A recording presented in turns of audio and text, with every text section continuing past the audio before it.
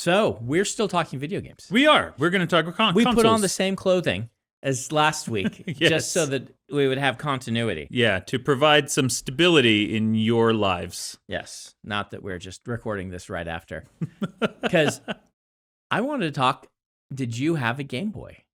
No, I didn't. Okay. This is the thing. I got that original Nintendo from my grandmother for 11th or 12th birthday. So like 88, 89.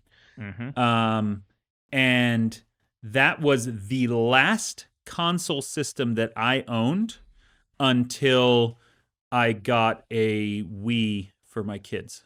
Okay. Yeah. So you are a PC gamer. I am a PC gamer, dyed in the wool. That's all right. We're still going to be talking about this old stuff, so we don't have to talk. But a lot I did, I played with my friends' Yes. games all the time, so I do remember all these. I played a lot of Game Boy. I just never owned one. So we both had Nintendos. Did you have Sega friends? I did have some Sega friends. Had one Dreamcast friend, which was just Jordo. I shouldn't say just Jordo.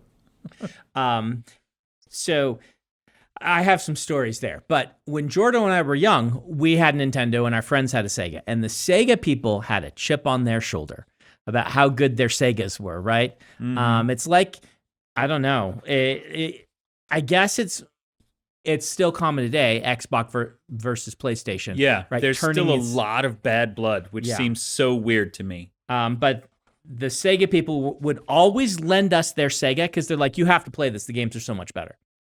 And so that's how I played things like Shinobi and Star Ocean and some of these. Oh man, like, Shinobi was so good. Uh, that was the fighting one that was all like funky ninja characters, It was right? Funky Ninja, and it had you would do side-scrolling ninja stuff, and then it had an FPS ninja mode where you had throwing stars, and you would be remember that. shooting down I'm thinking of Samurai Swords. Okay, yeah. Which was a totally different one.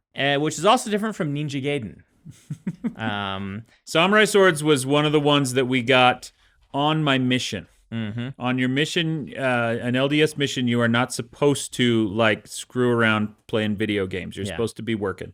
But for Christmas Day, which we kind of have as a day off, we got permission from the mission president to have our whole district. So we had 8 or 10 missionaries all come and stay in our house. And then we had a video game. I think it was a Sega Genesis, but it must have been a fairly late model Genesis in 95 or whenever this was. And played Samurai Swords and FIFA all morning long. Yeah. I wonder if my brother being like seeing our friends have the Sega planted the seed, because Jordo became the video game hipster as we became teenagers, right? Okay. And he's kind of still this way today. Hipster in the good term, in that he knows all the good stuff that isn't the mainstream as well as the mainstream. Like, he likes to be an aficionado in things. He likes to have the things, he likes to share them with people, and whatnot. And so he's the one that, I had a Nintendo. We eventually ended up with a TurboGrafx 16 CD. Oh, and this is because Jordo wanted to have the cool thing. So that was actually his. I had the Nintendo because I had bought that with my own money taken from my dad and not spent on food. For some of us that even had worked in the video industry, what is a TurboGrafx 16? What do you play on that? So TurboGrafx 16 was a late entry into the 16-bit era console war, right? So you had the 8-bit machines, and then they exploded. It was crazy for a while, but it was very close to after the big video game crash of the early 80s. So everyone was still scared, right? You've heard the stories about the E.T. game, and the E.T. game was so bad. I bought it. You bought it? I had not just hipstery. I was a kid who saw E.T., went and bought the video game, came home. That's how old I am, is that story you hear of this awful game. And it was so bad because you could not figure the game out. my brother and I would like play it, and ET would fall in a pit, and we don't know how to get out. We don't know what we're supposed to be doing. It was so incredibly bad. And if those who don't know the story, go read up on it. There's great YouTube videos about it. Like, this game was... it's considered one of, if not the worst video game of all time. And it's held up that way because it was part of the great bubble collapse of the first video game bubble collapse of the 2600 era, which made video games, just for a while, consoles were dead. And the Nintendo really pulled everyone out of that. And then it was the 16-bit era. That's when everyone realized, arcades are going to be dead. These are going to come home, and everybody's going to have one in their house. And so you had, the things, and the TurboGrafx came onto the scene late. And it was, because it came on the scene late, it was the most powerful. I mean, the video game actual historians can tell me I'm probably wrong on some of these things, right? But to a kid, this was the most powerful one. And it was the first one that had a CD hookup that we knew of any of our friends. That with a CD, you guys are, those of you who are a little bit older will remember CD games, right? Back when you went to the store and bought a game and came home, and it didn't just have a code in it that you download. It had, it had a physical media. Disc. And the physical disc could do, I swear I've talked about this on the podcast before. It could do full motion video. Not very much of it because it wasn't a DVD yet. Yeah. But it could do full orchestrated music.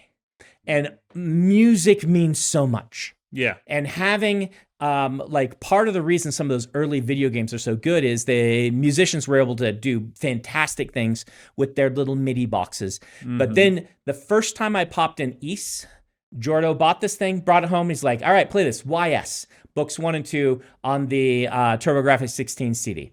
And this was a game that they had remade for it or something, re-released in CD, and they had done a full orchestra style music track. And he pops it in, and it has actual animations at the beginning. It was anime, but it was full motion. And I'm like, this isn't real. You're just showing me a VHS. He's like, no, play the game. And the game was it was still a 16-bit game, but it had this music, and it had cutscenes with full animation to them. Full anime in it. And I'm like, wow, it's like I'm playing a movie. And you would go watch this thing and be like, you thought this was a movie, Brandon? But that was one of the turning points. When I saw that game, when I played that game, thanks, Donald. Yep, sorry. And I felt like I was playing a movie. It was people throw around life-changing, but that was one of those moments that was life-changing where I'm like, I understood the world would change as soon as everybody had these. And now we play games that feel like movies. Yeah. It's difficult to understate what this was like. Or I should say difficult to overstate. The jump from 8-bit to 16-bit was so huge. And then even though the TurboGrafx wasn't really that much more gameplay-wise, the peripheral stuff they were able to add into it felt like another generational leap. And it was wild. I think before we totally leave the console, the 16-bit console war, the center of that was really Mario versus Sonic. Yes. They had other games, obviously, and probably much more popular games. But I remember hearing, my Sega Genesis friends who were so up in arms about how much better the Sega was, and Sonic was what they would hold up and say, well, Mario is so slow, you have to try Sonic. And I remember playing Sonic for the first time and going, whoa, this is genuinely so much cooler. And I think in hindsight it wasn't, but the pace of it was so fast. The scope of the levels was so different. It really did feel like a huge leap forward. It was one of the genius moments of marketing because Sonic was the Rolling Stones to Mario's Beatles. He was edgy, but not like after Sonic, everyone tried to do edgy characters, but they didn't get that mix right. Yeah. Sonic felt cool to an 11-year-old and felt edgy to an 11-year-old without feeling, oh, look at that edge, are you going to cut yourself? He just felt like not edgy in the Dark Knight Returns edgy, but edgy in the, come on, we can go faster than this. We can have a little bit more fun. We can, they walked that line so perfectly with Sonic that you felt like you were doing something just a little taboo, but you knew that you weren't. It was just more fun. Yeah. And that said, I still prefer Mario. Which I think is totally fair. Like Super Mario World is one of my top games of all time, and that's the Super Nintendo one. Super Mario 3, Super Mario World, and Super Mario 2 were just like a string of just favorite games ever. And I never really got into the Sonic game because I only borrowed a Sega. But the marketing was genius for Sega, and they had a game to back it up. They haven't for repeatedly not been able to follow up on that with an occasional glimmer of light, but it was super cool. Yeah, and basing the game around speed specifically, I think more than anything is what did that. This was right at the beginning of, end of the 80s, beginning of the 90s. 90s is when, Poochie the dog era of, look how edgy we are, haha. Yeah. And they weren't trying to be cool. They weren't trying to be hip. They were just trying to be fast, and that made it cool and hip. Yeah. And ultimately, I agree with you. I thought the level design, I still think the level design of Mario is just superior, which is, I know I've just made half of you upset, and I'm sorry. But yeah. Now, who made the Dreamcast? Was that Sega? Because that was like their last attempt before they just got out of the console. They had what, Jaguar, right? I'm not sure. Dreamcast is Sega. Let's see. What was their last console? What's the Jaguar? Jaguar. That's No, the Dreamcast was Sega's last. Yeah. What's the Jaguar? Jaguar's got to be Atari. Oh, is that Atari trying Atari to? Jaguar. Okay, Atari trying to get in. Okay, so Jaguar is their attempt at a Super Nintendo competitor, and the TurboGrafx 16 was someone else's attempt, and Dreamcast was another generation past 16, wasn't it? Yes, you're right. Dreamcast one must have been the 64. It was the Genesis. Yeah, it was. Genesis. It was a Nintendo 64 competitor. Genesis was the successful one, and Dreamcast was the flop. Yeah. Because Sega gave them competition. They're the only ones that did, and so their 16-bit really was good, and that's the one I remember playing. And the Dreamcast was great. I don't know why it didn't take off. Probably because that's when PlayStations were starting to come out. And they probably got in just a little too late. Yeah, Xbox and PlayStation, and no one wanted a Dreamcast at that point. I'm sure that there are multiple YouTube videos that can detail that. I missed all of that. I left for Korea in '94, but I left for college. I guess I left for college in '94, and then spent a year at college, and then left '95. But I left for college, and college we didn't have TVs like in our dorm. Some people did, but having that was an era when getting a TV into a dorm was not as easy a prospect as it is now. Like in my dorm, there were only a couple of us who had personal computers, right? They were expensive. They were bulky. This was right before that revolution happened, and it was still years before flat screens. And, you just didn't do that as often back then as you might have imagined. So there was a TV out in the lobby of the dorm, but I didn't bring a console. The only computer that I could bring that I could afford was a DOS machine, didn't have Windows on it. By then it was already 7-8 years old, so I could afford it. And I'd mentioned before, my family was upper middle class. Well, that was in the 80s. The 90s, my dad had tried to start his own business, and things crashed, and he lost his job, and we lost our house. And so at that point, it was like, we do what we can get, what we can. And I felt lucky to have anything. Yeah. My freshman dorm, Ben had a computer.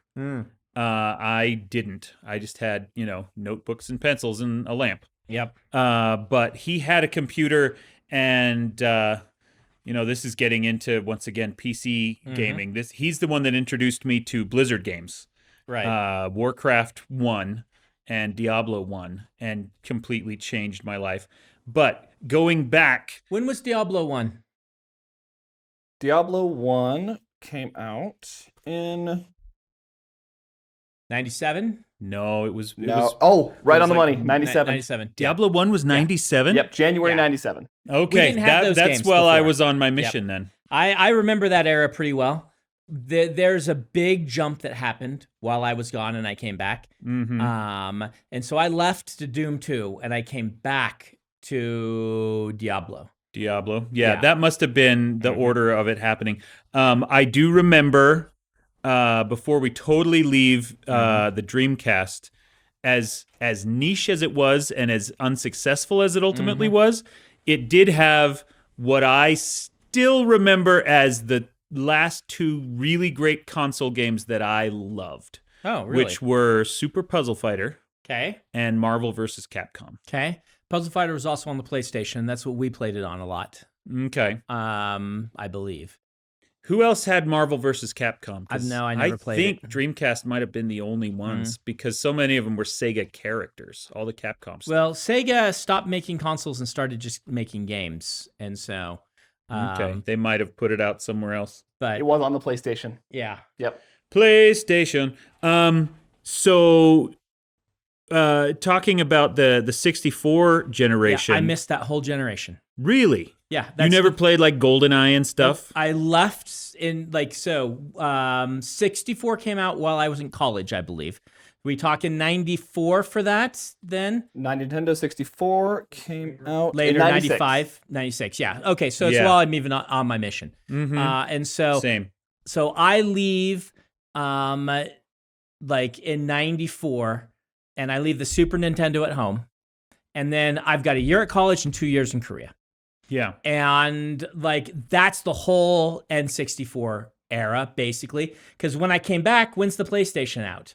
I came back, my brother had a PlayStation, so it had to be 97, right? Okay. In the US, it was 95. 95. Okay, so PlayStation's Because the first PlayStation was PlayStation, PlayStation it video was the game console 64-bit. was North America release. It wasn't a CD game, CD. It might have been, but so was the Nintendo 64. It had those little mini. No, Nintendo that's 64's cartridges. No, you're thinking of the GameCube. Oh, I am thinking Yeah, of the and GameCube GameCube. was- Are you You're sure right. 64 when it was 96? It came out after the PlayStation?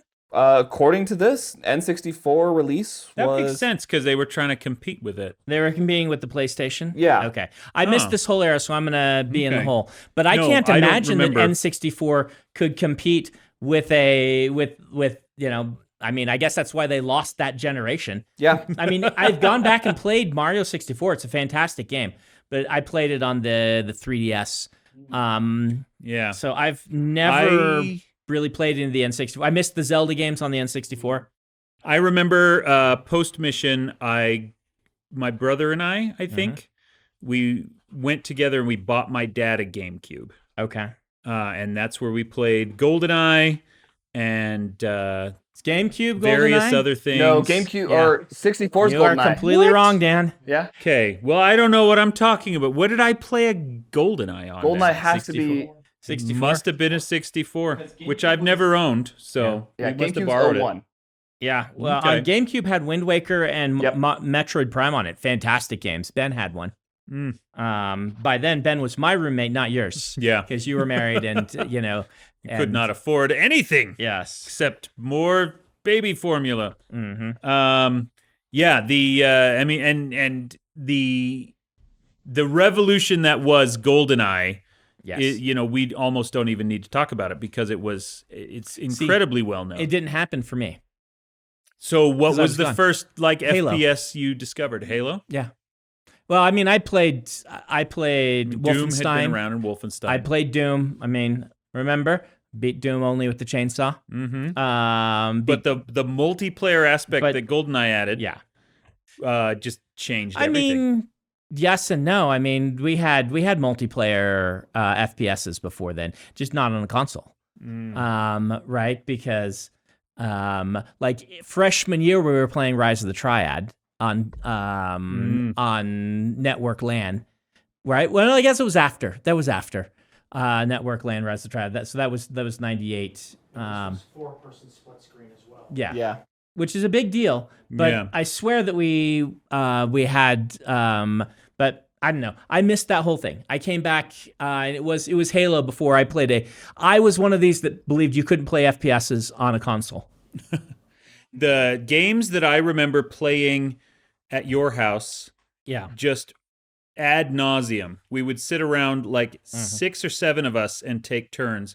Were the Romance of the Three Kingdoms? That Dynasty series. Warriors. Dynasty Warriors. Yeah, man.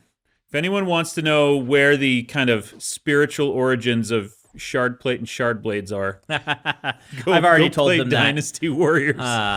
It was I saw the cover for Dynasty Warriors before I played it, and I'm like, why would anyone need a sword that big? And I'm like, I bet I could come up with a reason that someone would need a sword that big.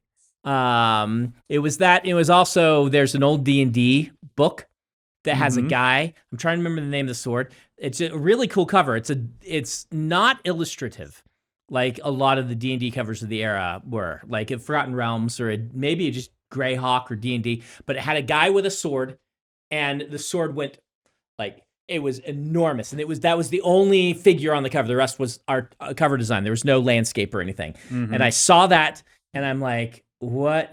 Yeah, the tainted sword. Oh, nice. Yeah. And I'm like, you can put that in. Good job finding that. But I saw that. I'm like, so that's the origin of Shardblades. And then I saw Dynasty Warriors, and I was reminded of that. And I'm like, why would someone ever need weapons this big? It's so you can hit 7 guys with one swing. So that's when I kind of designed Shardplate as things. But I've told the fans that before. Now, Dynasty Warriors was 2-player split screen, right? Yeah, might have. I seem to remember. I know we played a lot of playing 2-player together. I'd never Man, had I 4-player. love that series so much. I wonder, is there anything like that now? I mean, they've made new ones. I played one with my kids. Okay. So, but that's been a while. If there's a Dynasty Warriors-esque game for PC, I will download it tonight. Well, the last one that came out in 2021, Dynasty Warriors number 9. Yeah, but just like PlayStation, right? Says that does me no good. I would be shocked if it's only on there. But I mean, they've got some on Windows, so I'm sure you can find your Dynasty Warrior kits. There I go. I know how I'm spending my weekend. So, yes. What got you two into video games? Like, where was the progenitor of someone introduced this to me? Or there is no progenitor. Really? I was playing video games before I was making long-term memories. What? The thing is, we grew up in the 80s, 70s and 80s. What got us into video games? The fact that there was nothing else to do. No, I mean, I'm not trying to make light, but Donald, what got you into watching TV? You were watching TV before. I'm sure you were playing video games before you were forming long-term memories, right? Sure. Like, yes, they didn't have as many back then, but but Pong was 70s, right? And by the time I was 5 or 6, you could already say, here, play Pac-Man. And the kid could, and stuff like that. I don't remember being introduced to it. I just remember them existing and playing them. I do remember like friends having consoles and being fun to visit their house because they had like the things before Atari. So the original Atari, and then there's whatever the one that you had to program the controller that had a little thing on it. I want to say it was like a Commodore thing. Commodore 64. No, it was before the Commodore 64, I think. Really? Right. Wow. Yeah. Okay. But maybe it was. What was the one that you? Yeah. 600 XL. Yeah, it was some weird thing that like didn't even really come with a control. It came with like a little thing that you put slid a card on to tell you what the controls were. It was more like a little keyboard, but it was a kind of a console. That's cool. It looks like Commodore 64. Might have been Commodore 64 then. Yeah. Which is, the 64 does not mean the same It's a thing there that 64-bit, it means yeah. for Nintendo 64. When was Commodore 64?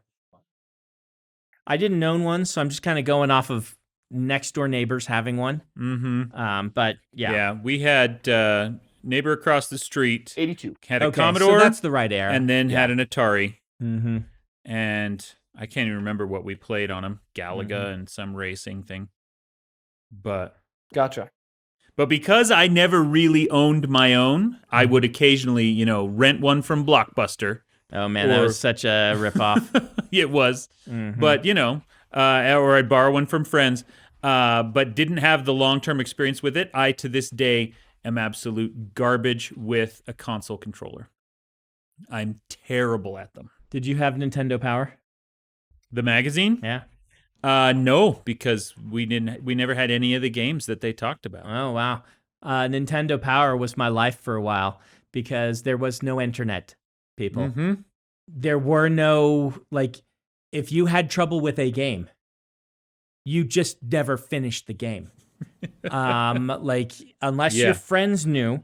But if you had Nintendo Power, it had maps of levels. It had Hints cheat on codes, how to use the powers. hint codes or hints on how to do things, and it had a hint line you could call. We didn't do that very much, but the maps from Nintendo Power were so handy that, some games, I don't know how we ever beat one of my favorite games from that era, which was the Goonies game. Looking back at how complicated the Goonies game was, but I had the map, which was super helpful to be able to get through the Goonies game. Goonies game was good. It was. I'm surprised you beat it. The Goonies game. The 3 games that I beat on early Nintendo stuff. Yeah. Final Fantasy, of course. Got to the end of that one. Anything Contra. Anything you can save is kind of... Yeah, that's different. But Contra... Contra, you had to play it all the way no, through. It had the Konami code. We beat it without and with. Okay. And then Mega Man 2. Okay. Mega Man 2 was hard. My was. brother and I would iterate that one over and over and figure out, this is how you beat this level, okay. But didn't Mega Man 2 have the code? If you beat one of the guys, you could put in the code and then start from there. You didn't have to do it straight through. Maybe. That sounds familiar. That's the only way that I beat Metroid, because Metroid... So before game cartridges could save, because it wasn't the console that had a save function, it was the cartridge. The original first savable game was Legend of Zelda. Because it had a battery in the cartridge. Yeah.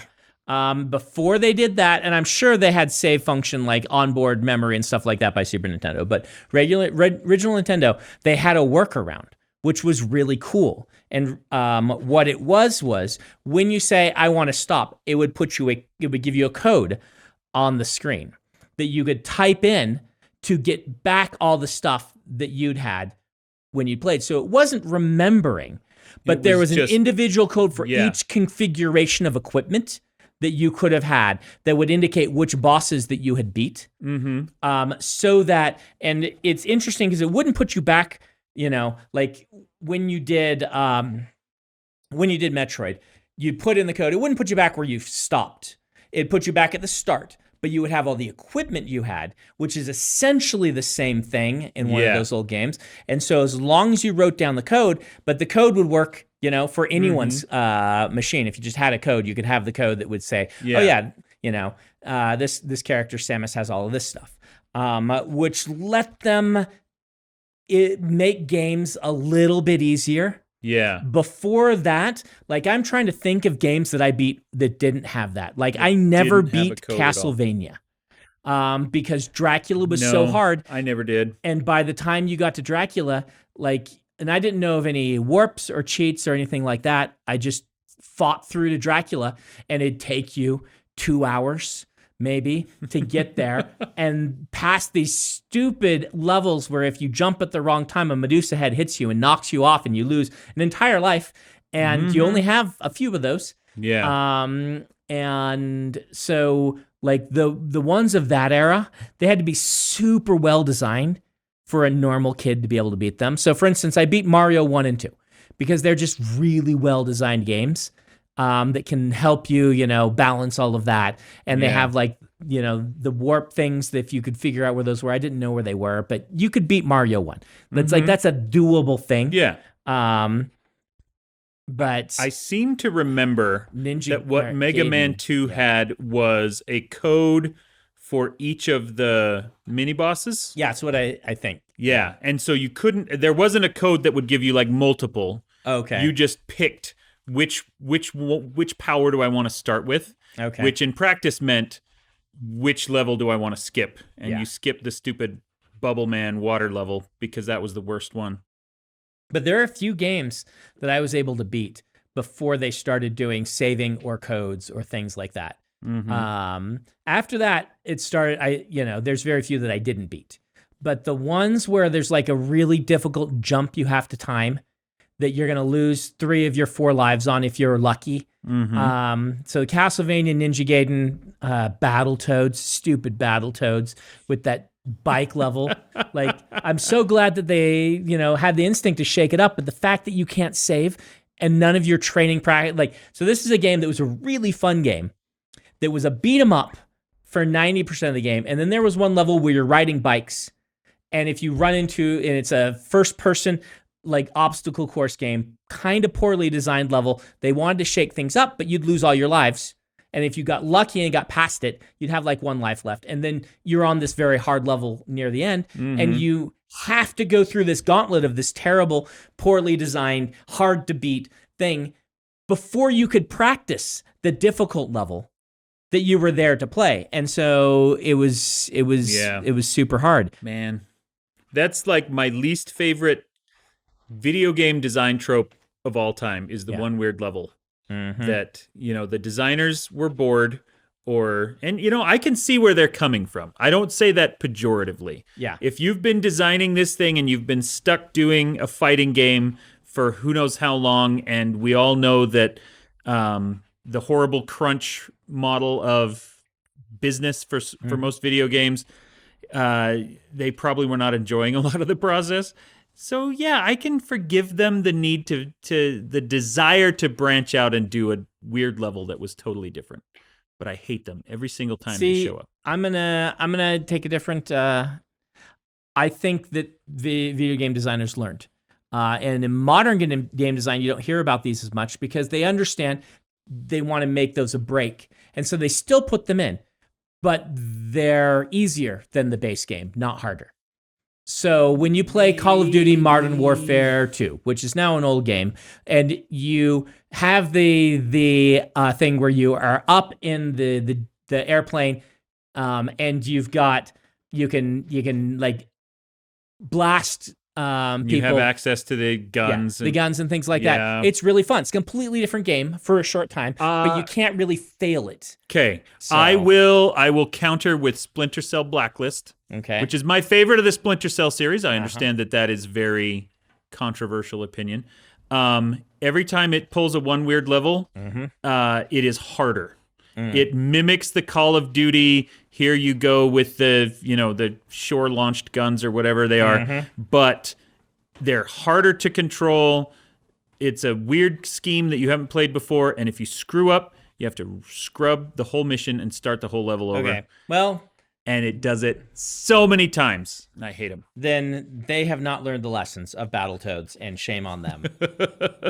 Like, Battletoads would have been cool if that part were different and easy. Yeah. And you're like, oh, this is a nice, relaxing thing. I get to do something different for a change. So. Well. So, so Game Boy. No Game Boy for you. No Game Boy for me, alas. Had a Game Boy. Jeremy Stick and I played it at his bar mitzvah. No, was it his bar mitzvah? I think it was his bar mitzvah. And we played Tetris, and you could link them up with a cord back then. They didn't have wireless, but we'd link up our 2 Game Boys, and we'd sit and play versus Tetris all the time on the Game Boys. That was fun. I'm sad you missed out on that. I know. I thought that was the coolest thing. Like I said, I did play a little bit on a Game Boy, but really only Tetris. If anyone knows Jeremy Stick, my best friend growing up, he moved to the DC area and started a sports memorabilia store, and I haven't talked to him in 20 years. If you know him, say hi for me. Hi, Jeremy Stick. I don't know him either, but he sounds cool. He was super cool. I'm sure he still is super cool. We had a thing where one year one of us gave the other a brick for our birthday because we joked about giving them something dumb.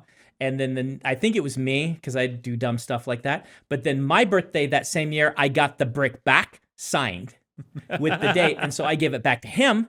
And so the brick went back and forth many times. Many times. Love it. If we're shouting out the people that we gamed with as kids, Charlie Wentworth borrowed. He's the one that I borrowed Final Fantasy 2 and 3 from. Oh, nice. I actually do think I beat 2 because I got far enough into it to go, wait, this was science fiction the whole time? You cheated me. And then Pete Swift. I can't remember what I borrowed from him, but I borrowed something from him. So, hooray. Yeah. Jeremy was my buddy.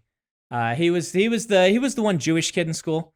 And I was the one Mormon kid in school, and we bonded over that. And then I think I've told this story before. He had a troublemaker's mind at that age. So his parents were worried about him, so they put him in Catholic school. Oh wow! Yes. Okay. Yes. So senior year, Jeremy Stick, my Jewish friend, went to Catholic school. And terrorized the nuns for a year. Nuns could beat some sense into them. Yep. Yeah. Okay. Mm-hmm. Sounds great. Well, how's that, Jeremy?